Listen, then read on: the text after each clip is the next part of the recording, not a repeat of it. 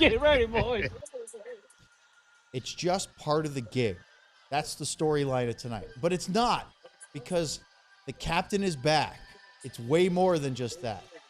All that and more. Jamie Benn coming up. DLLS Stars Pregame Show starts right now.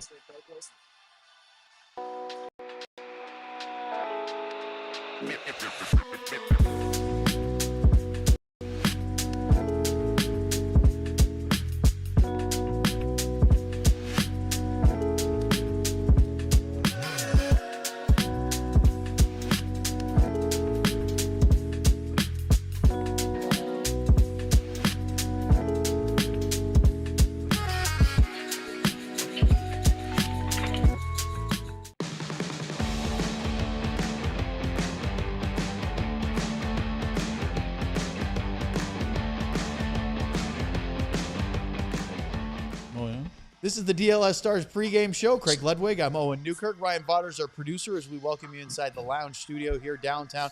Just a stone's throw and a scooter ride from American Airlines Center. Before we get into tonight's action, let's talk about our merchandise. Luds will give you a little bit more of all the different variety of shirts, but of course, the most recent ones are our face-off collection. Dallas hockey shirts, they are great looking. They are available now. Go to alldlls.com. Get yours today. And if you are going to our DLS Takeover event, which is in only a few weeks, about 3 weeks from today, get one of those shirts. Lud says he'll buy you a beer or two if you're wearing one down at Hooters after we tape our pregame shows. It should be a lot of fun.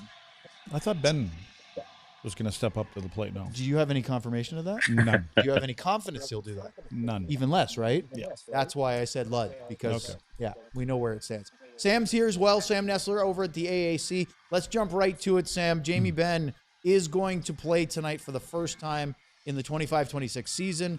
This is by far the longest he's ever been out, whether it's injury or otherwise. He doesn't miss games. He plays all the time, but he missed 19 games plus some of preseason, for whatever that's worth, because of this collapsed lung. Serious injury, but now he's back and raring to go. Yeah, you said it perfectly. I think it was 13 games was the most he's missed in his career during regular season. This was 19, so the most he's missed. And obviously, for someone like Jamie Benn, you know that he had been just revving to go, trying to get this thing back. The recovery was super frustrating because it was pretty much sit on your couch and watch TV for 4 weeks. And when we first did this emergency pod, when this happened, I think it was exactly 8 weeks from today that he had the injury, just a little under that with the surgery a couple days later. And we said, I think it'll be about 2 months, not 1 month, because of his age, because of all that it takes, the trips. It turns out we were right on there with that one. So good to see Jamie Benn back out here. He's been skating with the team, been around the team. He will come in tonight. Nate Bastian will come out on the other side. And Ben looks like he will play on that left side where Ernie was with Rittich Faksa and Colin Blackwell on the fourth line. Well, Sam, let's show the lines. And you asked Glenn Gulletson about some continuity of late. So here are the forward lines for the Stars expected tonight with Jamie Benn in. Tell everybody what you and Gully were talking about lines not being shuffled quite so much recently. Yeah, it was interesting to me because at the beginning of the season, all we talked about, I remember looking at Luds and he's like, at some point, they're going to have to stick with something, right? Their injuries forced Gullettson's hand. He didn't have a lot of choices. He had to put together new trios pretty much every day. No one really got to feel what they could play with. Couldn't really tell what the pairs were going to look like in terms of who was playing well with who.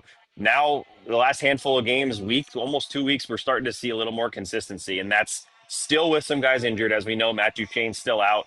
Some guys on the back end are hurt as well. We'll talk about that in a second. But the key that we've seen is these three lines here: Steele, Johnston, Rantanen, Robertson, Hintz-Sagan, and Beck, Ritzkovian, and Bork pretty much rolling together consistently for the last handful of games.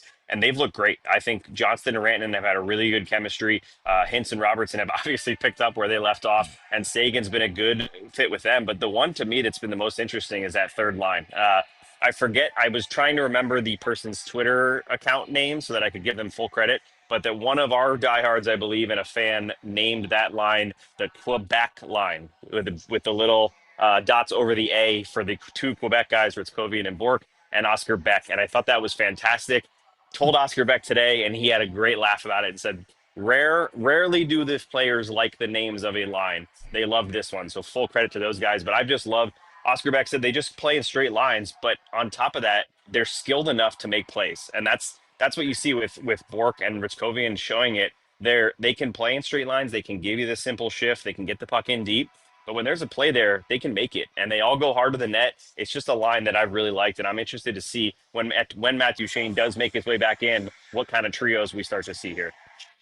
Do you feel like, I guess, let me rephrase. What's your feeling on Ilya Lyubushkin after we heard from Gully? Do you think it's serious or not?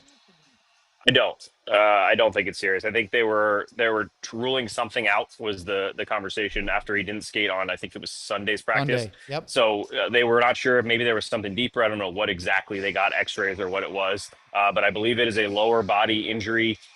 Saw him today. He was kind of walking around the arena with after he got treatment. It doesn't look like it's something where he's on crutches or he's doing something crazy. So I would say he is a true day-to-day. The problem is, guys, they don't have any more people. They're already playing tonight with Capobianco and Vladislav Kolyachonok, who's going to make his Stars debut. That is an interesting pairing to have in your game because those guys were basically healthy scratches and have been healthy scratches at the NHL level, and we're not necessarily lighting it up at the AHL level. Trey Taylor's been a little bit sick, so he wasn't really available. They have other options. It's just been such a chaotic start to this season for injuries. And I guess the positive, Luds, is guys are learning to play with other guys. Guys are learning to play different sides of the ice, learning to maybe produce a little more than they have to. I got to imagine that's going to help them when they have a fully healthy lineup in a few weeks, hopefully. I think what helps that, Sam, is knowing that Bichel and Petro have been, where we thought they were, coming off of last year. They seem to be a good pair. They play together in the minors. I think you're finding that their game is getting a little bit better, and I believe that the coaching staff is probably trusting them a little bit more. So now you can slide those guys up, take a few more minutes if they take, 3-4 minutes a night, whatever it may be.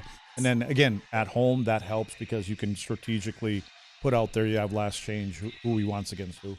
Sam, the last thing I have for you is that apparently our good friend Harley in the chat said that line name came from her friend Maddie. There it is. M-A-D-I. So yeah. Thank you, Full Maddie, for the Maddie. Quebec line. Yes, full credit. And I'm curious. I wanted to ask before I go, Luds or Owen, do you guys think we're going to see a lot of Lindell and Heiskanen tonight, whether that's on the pair together or filling in for the Capobianco Kolyachonok? Because I can't imagine they're going to roll these three pairs like they would have if they were healthy. I think you're going to see the top four play, but yeah, you're going to see more out of those two guys for sure. I mean, their minutes are going to go up, and I don't think that's anything that Gully is excited about doing. Again, Miro's playing 25, 26 a night. Yeah. And so is Essa. They're still in that same neighborhood, and again, but it is everything that you're talking about, the injuries and all this other. It's a product of this season with the Olympics in here, right? And Dallas isn't the only team going through this. There's a lot of teams going through this. Yeah, it'll be interesting to see what he does. I actually clipped Gully's conversation about usage of those D. We'll play a little bit later, but he kind of intimated that he didn't want to overplay Miro and Essa as much as they want him out there as much as they can, because it's easy to say that at 10 o'clock in the morning when you're in the heat of the game and it's 2-2. You're like, put them guys back out. Yeah, that might change a little bit. So, Sam, enjoy the pregame warm-up and the Daryl Ray tribute festivities coming up at the top of the hour. I'll see you over there right before puck drop. All right, boys. See you soon. There you go, Sam Nessler from the AAC. And let's pick right up on that. I would like to have it. We're going to go in reverse order here, Ryan. Let's go with Stars video number 4, which is Gulutzan on the defensive minutes with the injuries, because he was asked about, are you just going to end up adding more minutes to Miro and Essa? And here's his response, and a little talking about the pairings. Well, you guys know we try to play Miro and Lindy as much as we can, so as much as humanly possible in any game. Certainly I could see a few more minutes being added to those guys, but we're trying to manage right now just of resting them too in between games so that they can play higher minutes. But with the schedule, it can become a slippery slope. But we do have trust. We think, Bish and Petro have been really good lately, and so it's a time to elevate them too. And, Capo and Coley will come in, and I thought Capo in his first game back was good. So we've got trust in these guys, in making sure they know how to play in the system, and they do. And, you got to put confidence in your players, though, so you can't be dodging every situation to put people out there, Lindy and Miro. You gotta get confidence in your young players too, and guys that are getting a chance. So we'll try to run a blend. Well, Gully said that confidence word twice, and Mm-hmm. he's right. Like, you have to give them an even rotation and not be skipping them, especially early in the game and you get halfway through the period. And, it's okay to do that when things start to get on the line. And, at the end of the game, maybe they're going to miss a few. But I think that early on, they have to be comfortable playing. They have to be comfortable knowing that the coaches are comfortable with them, getting a regular rotation. Because, again, it's just like having 7 defensemen. If you're going to spot one guy, he's a bit off balance, and then you sit there too long.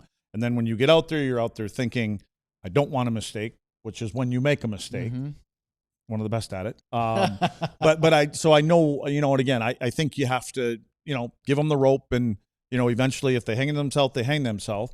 But he'll, again, the luxury is having guys at home. And again, this isn't the bottom 2 lines of the New York Islanders aren't super offensive guys. Right. So that's what you'll be looking at, trying to match those guys up with, those 2 lines. So Capobianco is a veteran. He's played in the NHL before. He's played for the Stars before. So this isn't his first cup of coffee. He's not going to be rattled, but it's just getting up to speed at this level. Kolyachonok has not played in the NHL this year. He played a bunch of preseason games, of course, with Dallas.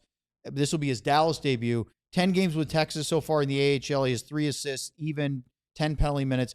Texas had a really rough start to the year. They didn't win a game for the first month of the season. Then they won a bunch of games. They're trying to figure things out with a young team, but he's played 74 career NHL games across 3 teams. Drafted by Arizona, played with Utah, then got traded to Pittsburgh, and now, of course, with Dallas. This is a young kid, but not a rookie playing his NHL debut. Yeah, and it's tough getting shuffled around that many times in a young career, I can imagine. So, I think just remembering in the preseason games that he played in, obviously big kid, he's got a long reach. I think his whole approach to the game has got to be very similar to when we started talking about Leon Bichel here. Bichel's, yes, it's going to be physical. He needs to be physical. But when you get the puck, you know where you want to go with it before you get it, and you want to move it right away. Keep things simple for yourself. It's the KISS system. Keep it simple, stupid, and you want to be able to move it, and don't create more things for yourself and your partner or your, that pair than you really need to. They've been dealing with Nils Lundqvist being out for a while. Harley now week to week. That doesn't sound like it's going to be a quick recovery. And now Ilya Lyubushkin is out. As Sam said, it didn't sound super serious. Gulletson said he's day-to-day right now. Obviously not playing tonight. Didn't make it sound like it was. I think if it was going to be a long-term, he would have said it. But when you lose 3 of your top 6 defensemen, or 7, depending on where you put those 3 guys, that has to make an impact. I mean, they're down almost half their decor right now. And I'm telling you that the system that Gully has been trying to implement, and just speaking to him the other night, he's very happy with the progress of it. It's easier to play in this Look system. at you, boots on the ground, reporting. Well, did I say that out loud? You did say the other night. So did you talk to Gully a little bit on Sunday? Yeah. And so he's happy with the progression of it. And we've talked about it. We can see things are coming. And so when you've got new guys in there, and if you want to play the old system and you just start following people all over the ice, there's whether they can keep up with the guys at the same time. This kind of system, you're supposed to, when you play it right, you have more security. You have more guys around you. And things, you're just thinking, I got to be on the right spot on the ice, keep things to the outside, and that's kind of an easier way, in my opinion, to play. Let's hear from Alexander Petrovic, Liam Bichel's defensive partner, on Bichel's first goal of the year the other night against the Flyers, and his first goal in like 7 years up in Montreal the other night. It's pretty happy, yeah. I like seeing the big man score. He's got a good hard shot, and it's always nice to see your partner score, and I got a little touch on it too, so that helps. Now, you already were asked about this, but we haven't asked you about it. So you scored for the first time since 2018 in the NHL. That had to be a very special moment for you. Yeah, it was cool. I think just especially in that arena, such an amazing rink, great environment. But yeah, it's been a long time. Not known as a goal scorer or anything, but it's nice to get on the tally sheet once in a while. And yeah, it's been a long time, but it's nice to get that one out of the way. Okay, there's a couple things here. You're the kind of guys that ask those kind of questions that we don't like when it's been that long. Like, I'm trying to put it out of my mind that it's been this long, Right. and then you got to bring it up, and you really don't have an answer for it. Like, yeah, I know it's been a long time. Next question, please. But he Let's also move on. hadn't played in the NHL. that Yeah, whole I time. know. So, but Yep. here's the thing. First, he lit up when I asked him about Liam Bichsel scoring, and I love to see when a guy is genuinely happy for his defensive partner to score a big goal like Liam did the other night against Philly. Yeah, I mean, but again, these two are buddies, right? I mean, Oh, yeah. Again, You can tell. they have chemistry Yeah. together, and that's why number one, I think the coaching staff has confidence in those guys. Yes, they're not going to be as good as the top pair. We know that, but now that again, I just say it. That goal the other night that I think it ended up on Robo stick and Robo scored it. It started behind the net. It started behind the goal line with Bichsel. All he did is he just seals somebody's out and he wins the battle, gives the puck up. But that's what they're both doing now. They're doing the simple things, and they're not trying to go out and prove outside their capabilities of why they should be here. And why they should be here in the role that they're in is exactly what they're doing right now. And that, again, it goes back to the confidence thing. And that's what you want. And then all of a sudden you want your defense coach or your head coach to be able to, hey, we want you to jump up a little bit more, get involved a little bit more. And you're like, oh, okay. And so that's what you're hoping to hear. I don't think they're going to hear that for a little time now, but just because of the players that they are and what they're good at. But again, it goes right back to the confidence word. Now, the other thing that Petrovic told me, and I thought this was fascinating, was you heard him say there, especially in that building, he's talking about the Bell Center and how big it was. After we got done with the interview, he said, I actually scored there before, because I said, it's a really cool building, isn't it? He goes, I scored it there before against Carey Price. And he lit up because that's no easy feat. But Luds, I asked him why, because you know all about playing in Montreal and why it feels different and special. He said, well, first and foremost, the ice there is incredible.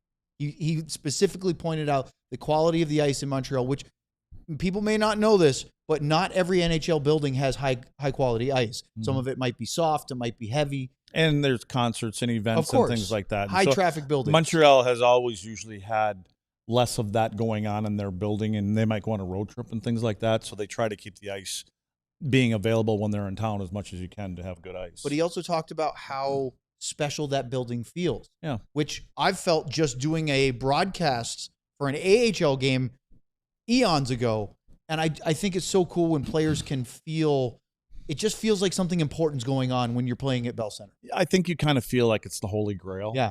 Because again, the names that have come through there, the number of championships that they've won. I mean, it goes back to the 1900. I mean, it's ridiculous how many big names that are all over the walls at the Hall of Fame with the Montreal Canadiens. And I would imagine a lot of players have the same feeling in Toronto. Mm-hmm. I mean, you're talking about two of the iconic buildings in Canada, especially. So, and again, you get there and you watch how fans are. They're a little bit different now. They're more vocal and that, but they used to be all dressed up in suits and ties and the hats and all that kind of stuff.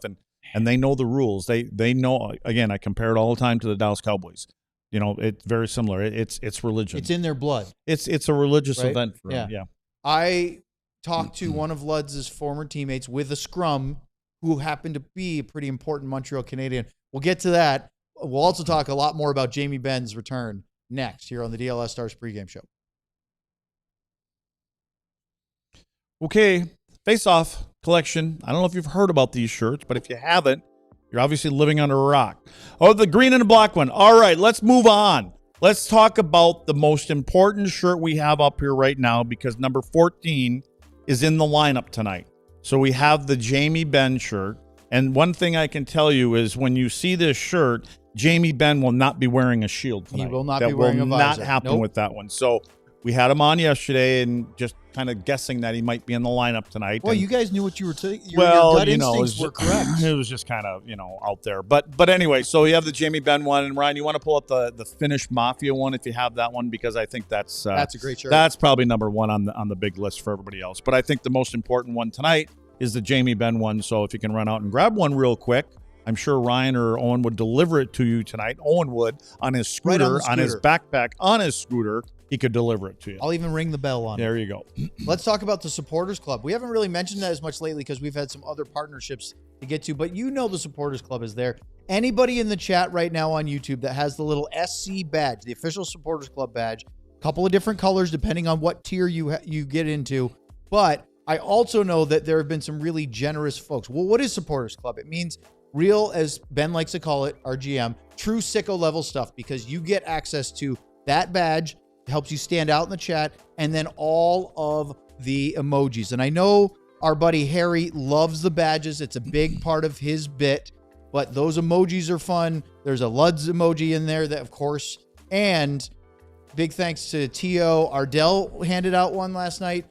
We have some people gifting some very nice 1 month free Supporters Club subscriptions. Not free. They're paying for it, but giving them to other people at random. And someday, guys, Kayla is going to get one of those subscriptions. We hope. Okay, let's talk about Jamie Benn. And then we'll get to Matthew. Jamie who? Jamie Benn, that's right. Then we'll get to Matthew Schaefer and your old teammate, but we'll get to that. Here is Alex Petrovic on getting Jamie Benn back in the lineup. Because, again, when I talked to him, it was not officially official. Jamie was not made available to the media, and he hadn't been officially activated, though we all knew it was coming. It's huge. He's definitely the backbone of this team. He brings a good, calm energy to the rink every day. It's definitely going to fire us up, and just with having a lot of injuries in our lineup, having him come back is it's going to be huge. It's going to be nice to have him in the room before the games, and going out there with him in the tunnel. So it'll be fun. It's a big deal to get your captain back in the lineup, especially for a guy who Gully said. You're going to hear from Gully in just a second. How sharp he looks out there, and how hard he's pushed himself once he's been allowed to start exercising, because that's a big part of collapsed lung recovery is do nothing until it heals, then you can go. Well, and Jamie's been with the guys. I mean, I believe he traveled. Was on that last trip. He was on the trip, and so he's been around anyways. So yeah, I think that the guys are waiting for his first shift. It'll be interesting to see how do they start him. Would you? I wouldn't. I wouldn't. Because the last thing you want to have happen when you're coming back and everybody's going to be is have a goal against. That's the first thing I worry about. I would like him to start and get 400 out of the way. But it is 400. It's not 300, right? Let's show you didn't clip the one where I completely botched it. You mean where you said it was going to be a 3? I will. I don't clip anything, by the way. It's not true at all. But let's show the stats of what Jamie Benn is coming into tonight, because not only is he 1 goal away from 400, which would be a very big milestone. It's a big round number. But let's look at his games played. He's about to hit a milestone that you hit, 1,200 games in the NHL. Yeah, and you know what? And to me, again, I'll pull out Brendan Morrow again. I mean, the 1,200 games that Jamie Benn has played has been, the warrior that he is. And You're saying not easy games. No, they're not easy games. Yeah. But it's who Jamie is. It's the way he plays. It's the reason he's around. It's the reason he's wearing that letter. So. Yeah, I think it's going to be a relief for Jamie, and there'll be no emotion when he gets 400. I promise you, there'll be from none. There'll be no emotion. But what about his teammates? Well, yeah, but he's, they're not going to all swarm him like they did Oettinger on the ice. No, it's not. It's not that big of a goal. In the realm of the big goal scorers in the league, but the way he plays, it's a big goal. 400 plus goals, only 111 players in league history. Of course, Modano has the most with 557. He's the only player in Stars history with 400 or more. And you, along with your buddy Joe Nieuwendyk, who was just inducted to the Hall of Fame. How many goals has Mo got? Mo's got 557. Yeah. I was out. We were doing his beer, Mm-hmm. And it probably took me 2 or 3 times. We did a couple little things. And I said to him, okay, I've been looking at and drinking this beer now for like 2 weeks going, why the hell you got this number on there? And he goes, really, Luds? And I said, no, I have no idea, Mo. And then somebody sitting next to me is like, he scored 500, whatever it is. So 557. Yeah. Well, you hit 1,200 games. So did Joe Nieuwendyk, who was inducted to the Hall of Fame for the Stars, amongst, of course, the Hockey Hall of Fame. Only 136 players have ever done that in the NHL. Jamie would be 137. There are only 12 active players in the league right now who have hit that number. And don't you kind of wonder if this generation will hit it? Because again, you're going to have management is more. You're going to have your bank account's going to be big enough at some point. Yeah. Maybe they don't want to play. I don't want to play into my late 30s when I got my own island and stuff like that. It'll be interesting to see how many of these guys want to get to those milestones. I would love to have my own island. That sounds nice. Yeah. All right, let's hear from Glenn Gulletson on the captain returning to the lineup. His first game under Glenn Gulletson 2.0. Yeah, we'll see. Obviously the leadership back in and around us, and he's been with us for a week up in Montreal, and so that's big. But to be quite honest with you, I think he's looked very sharp in practice the last week. He's put in a lot of work to get to this point once he could, and I thought he's looked real good. So I'm excited. We're all excited that he's back, and it's been a long road. Whenever you see a guy put that much work in, you're excited they're back. We talked about this before he got hurt in the preseason game, how important the path is between the connection between the head coach and the captain as a conduit for the rest of the roster. Now, he hasn't had that on the ice and on the bench yet this season, except for in those exhibition games, the game against Minnesota on September 23rd. Since then, yes, he's not a rookie coach where he's sort of swirling in the insanity and chaos and pressure that is the NHL. But this is not something that this is not easy to do without that important cog of the machine. Now he gets him back. Yeah, and when Jamie's hasn't just been around in the last week. He's been around the guys, right? So Gully can still call on him and say, you got to read on the temperature of the room. And it's probably easier when you're not in the lineup and you know that you're going to be out for a period of time to have a candid conversation sometimes. But we've seen, I said it before, we've seen Jamie in enough interviews. Jamie talks the same kind of way to everybody. Like he can, there's other times when he gets out there a little bit, but I'm just saying in general. I feel like he talks to his teammates very differently than he does to everybody else outside the rink, inside other buildings. Yes. Yeah, that's a little different. Everybody's kind of out there with that one. But I think you can always go to your captain. You can say, hey, got to read on this and how are the guys doing in there? We were finding ways to win games. So yeah, I just think it's a good thing all around to have him in the lineup. I just hope and I want Jamie to be the player that he wants to be, that everything stays healthy and he can contribute in the ways that he wants to contribute, which is the physicality and all that. And so I always think that the first game and second game, maybe it's pretty big because with an injury, you want to make sure that you can get through this being a physical guy and all this other kind of stuff. All right, let's talk about the other big storyline of the night. It's Matthew Schaefer. We haven't seen him yet in Dallas. This will be the first time he plays at American Airlines Center and in Texas as an NHLer. But this is a guy that everybody should get to know very quickly. He's electric. He's 18 years old and wasn't even penciled in the beginning to be the guy that's going to stay here. And in fact, after the first few games, they were like, is he going to get to that 8 mark, 9 mark, whatever? And he is. And I don't know if you had a chance to listen to any of his interviews and even after games. He's not afraid of a microphone. Well, he's got on after a game sitting on a bench and he was talking to the crowd. For an 18-year-old kid, but he is a confident player. And, and again, there's something in a player when a guy like Patrick Roy is going to play him 20, 25 minutes a night as an 18-year-old kid. And it's paying off for him. He's leading all the defensemen in scoring. I think he's got 4 or 5 goals already. He's got 7 goals, most by any D-man. But the thing is he controls games. And there's no fear from him to take the puck from one end of the rink to the other and hang around at the offensive end of the rink. And so it'll be fun to watch him play. And don't think that there hasn't been a lot of conversation from the coaching staff and saying, let's not let this kid come in here and put a show on in our building tonight. And I'm sure people like Wyatt Johnston and Mikko Rantanen and guys like that are going to make sure that doesn't happen. And we're going to see a lot of number 4 against number 48 tonight, even though they're defensemen. Because he plays, he plays like a forward. So Stan Fischler, the longtime NHL writer, just did a contribution piece for the site called the Elmonters that covered the Islanders, and he was he helped write Dennis Potvin's book.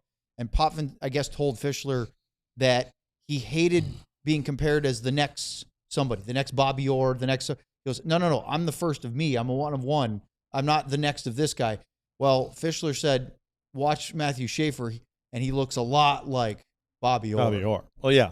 Unfortunately, hopefully for him, the injuries don't happen like they did to Bobby Orr. I mean, he's on pace right now for 80-some points. Crazy, 79 right? points. Yep. 15 points already this season. I think Larry Murphy has the most points as coming into the league as a rookie player, and Murph and some clown that played for the Rangers. But anyway, Murph I think got to like 76. Yeah, Leachy only played 65 games, but Murph played like 80 games, I think, his first year and had 70-plus points. So it'll be interesting. Again, different players. I mean, he literally plays like a forward. And again, I say this about Miro a lot. Well, is he a good defender? Well, he's got the puck a lot. He defends with the puck. And what you'll see tonight probably is it's hard to get the puck away from him because you can't keep up with him. So I guarantee you there's a bit of a game plan here. And again, he's at the point now, he hasn't made a lap around the league yet, right? I mean, that's the first time Dallas has seen him.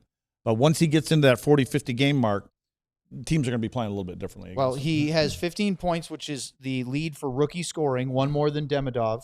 And he has the most goals by any defenseman of any year in the league right now. Hear about this. If he gets a point tonight, he will tie Phil Housley for the most by an 18-year-old defenseman through 20 career NHL games in the history of the league.